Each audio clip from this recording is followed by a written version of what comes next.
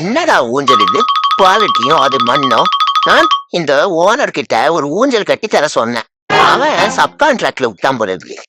சனிய ஊஞ்சலா இது? நான் உட்காரக்குள்ள புசுக்குன்னு கீழே விழுந்து உடஞ்சிருச்சு. என் வெயிட்ட தாங்குற அளவுக்கு ஒரு நல்ல அழகான ஒரு ஊஞ்சல் போட்டு தர வேணாம். நைஸா இருக்கிற செடி கொடிகளை வச்சே பண்ணிட்டு போயிட்டான். அவ்வளவும் அந்து போச்சு. என்ன குவாலிட்டி போங்க. இந்த மாதிரி குவாலிட்டியில பண்ணா ஏமாங்க நம்புறது? போல இதெல்லாம் ஒரு ஊஞ்சல்.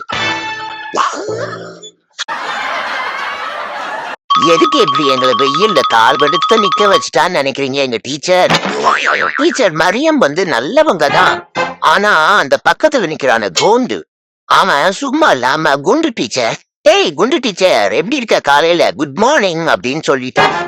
அவன் சொன்னதை வந்து நான் சொன்னதா சொல்லி, அப்புறம் இவன் சொன்னதா சொல்லி ஒருத்தருக்கு ஒருத்தர் பாஸ் பண்ணாம மொத்தமா நிக்க வச்சுட்டா டீச்சர் எங்களை.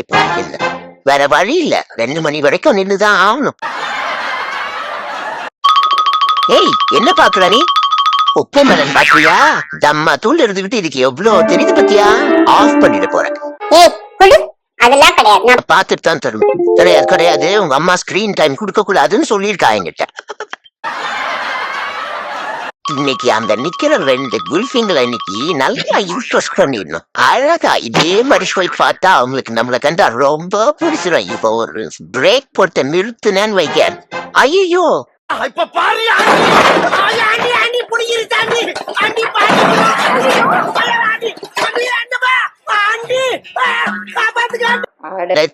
நம்ம முயற்சிலாம் இப்படி வேஸ்டா போச்சே. தம்பி பார்க்ல புழுதியில விளையாண்டது போதுங்கா, வீட்டுக்கு வா, சோசியல் ஹோம்ஒர்க் பாக்கி இருக்குது. இல்லன்னா அந்த டீச்சர் பேரண்ட் டீச்சர்ஸ் அசோசியேஷன் மீட்டிங்ல என்ன கொன்னுடுவா.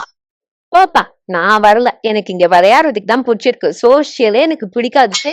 டேய் நீ வீட்டுக்கு வரலன்னா அம்மாவுக்கு என்ன பிடிக்காம போயிடும்டா. பாடா ப்ளீஸ் தங்கம் பா. கொஞ்சம் நாவடக்கமும் வேணும். டக்குன்னு நினைச்சதெல்லாம் பேசி கிட்ட பேர் வாங்கிடக்கூடாது. ஓனரு என்ன நம்பி உன்னை என்கிட்ட விட்டுட்டு போயிருக்கிறாரு, உனக்கு நல்லது சொல்ல சொல்லியிருக்கிறாரு. எதையும் காதால கேட்ட உடனே நம்பிடுறது தப்பு. பத்துட நாளைக்கு உன் பொண்டாட்டி ஊர்ல இருந்து வந்த உடனே நாவடக்கம் கொஞ்சம் வேணும் உனக்கு. புரிஞ்சு நடந்துக்க.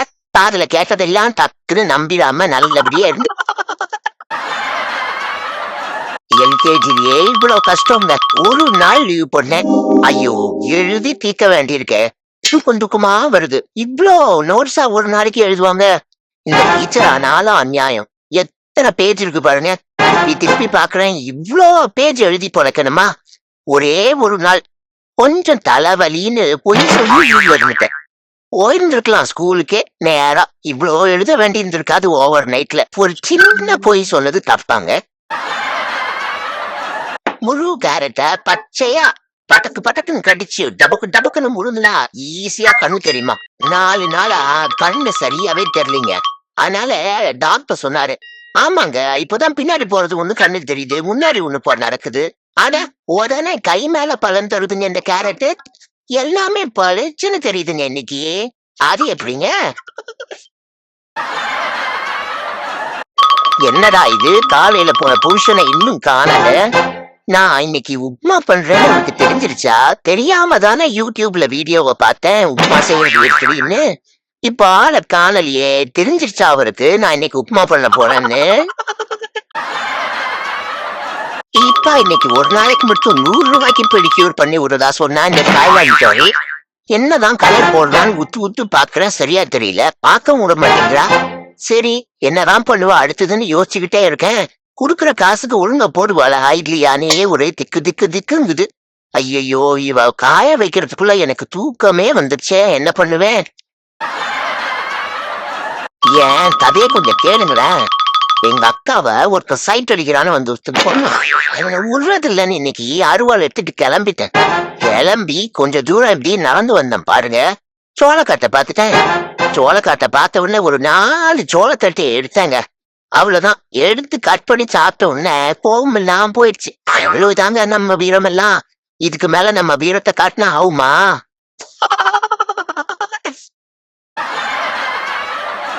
நான் அப்ளிகேஷன் போடும்போது ஒர்க் ஃப்ரம் ஹோம்னு சொன்னாங்க. இந்த ஒர்க் ஃப்ரம் ஹோம்னு தெரியாதுங்க. அப்பா முடியலடா சாமி. நீங்களும் நம்பி இந்த மாதிரி ஏமாந்துடாதீங்க. பார்த்து பதவிசா அப்ளை பண்ணுங்க. டேய் பம்பரத்தலையா ஏதோ கொண்டு வந்திருக்காண்டா. சாக்லேட்ல தோச்சத்தை எச்சி பண்ணி கொடுக்குற. அதெல்லாம் முடியாது, இதை கொடு. ஆட போடா. எச்சி பண்ணது வேணாண்டா, சொன்னா கேள்றா. எச்சி பண்ணதை திங்க சொல்றான் பம்பரத்தலைய. ஒரு மாதிரி நான் தடிக்குது. ஐய நல்லா இல்லடா. சி ஒரே வேணாம் போடா.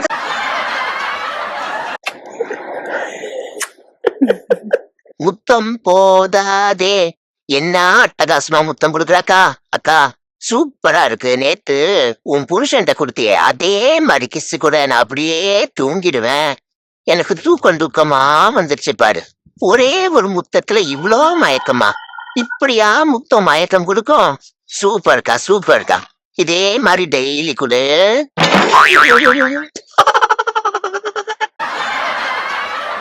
நேற்றுதான் சுகர் டாக்டர் போய் பார்த்துட்டு வந்தேன்.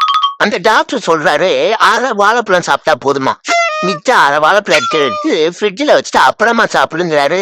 ஏங்க ஒரு வாழைப்பழத்தை உரிச்சமா முழுசா சாப்பிட்டமான்னு இருக்கணும். 1/2 வாழைப்பழத்தை எங்கேயாவது உள்ள வைக்க மனசு வருதா? நல்லா சாப்பிட்டு முடிச்சிட வேண்டியதா? என்ன சொல்றீங்க? இல்ல டாக்டர் கிடக்குறாரு போங்க.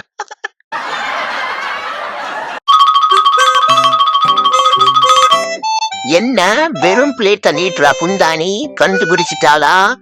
சேச்சா கண்டுபிடிச்சிருக்க மாட்டா. சரி பேசாம ஒத்துக்க வேண்டியதுதான், வேற வழி. பொடி எடுத்துக்க நீயும் முட்டையும். பொடி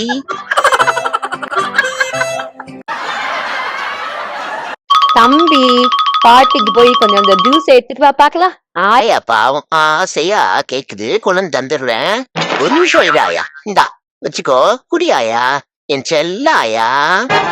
அது என்னது எவனோ வரா மாதிரி சவுண்டு கேக்குது. வந்துட்டானா பக்கோடா தலைய. இந்த ஆயா சாப்பாட்ட திஞ்செடுத்துக்குனே வரான் பாரு. எப்படி இருக்கிற? நான் வேணும் உனக்கு? உனக்கு ஏதாவது வேணுமா? ஏன்டா தொடவே கூட மாட்டேங்கிற? ஆயாவுக்கும் எனக்கும் தான்டா. இருடா. சரி நான் கொஞ்ச நேரம் அப்ப வெளியே போய் உட்காந்துட்டு வரேன்.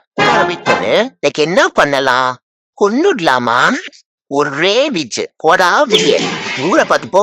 எங்க ஆயா சாப்பாடு சாப்பிடறதுக்குனே வந்துக்கிறேன். டெய்லி அவ்வளவு பொட்டிக்கிற வயிற்றுக்குள்ள ஓடு வெளியே போடு. இன்னும் உள்ள வந்துடாத பாத்துக்க. இந்த போறாருல இவர் தான் எனக்கு வழிகாட்டி. இவர் வழிகாட்டினா கன்னா போய் நிறுத்திடுவாரு. எந்த இடமும் அவருக்கு கண்ணுக்குள்ள அப்படியே விரல விட்டு தெரியும். ஐயோ இவனுங்க வேற என்னடா இது இப்படி ஏற்றி விடுறாங்களே. ஜிபிஎஸ் வேற கொண்டு வராம விட்டுட்டேன். நான் போற வழி சரிதானான்னு தெரியல. கடைசியில மூச்சு வாங்காம இருந்தா சரிதான். சி ஸ்னோன்னா நல்லா இருக்கும் நினைச்சு வந்தேன். அது ஜன்னல்ல இருந்து பார்க்கதான் அழகுன்னு இப்பதான் புரிஞ்சுக்கிட்டேன். கதையை கேளுங்களேன். அப்பா அப்பா ஸ்னோ பார்க்க போலாமா? இங்க ரொம்ப ட்ரையா இருக்கு. ஸ்னோ பார்த்துட்டு வந்தா ஜாலியா இருக்கும்ல. ஐ சொன்ன மாதிரி அப்பா ஸ்னோக்கு கூட்டு வந்தாரு. செம்ம ஜாலியா இருக்குல்ல. ஐ ஜில்லுன்னு இருக்குல்ல. ஆனா என்னடா என்னம்மா ஒரு இலையும் காணும் தழையும் காணும். நம்ம என்னத்த சாப்பிடுறது? இந்த ஸ்னோ சாப்பிட்டா நல்லாவே இல்லையே. ஐயோ குளிர் வேற தாங்க முடியல. வெறும் ஸ்னோவா இருக்கு.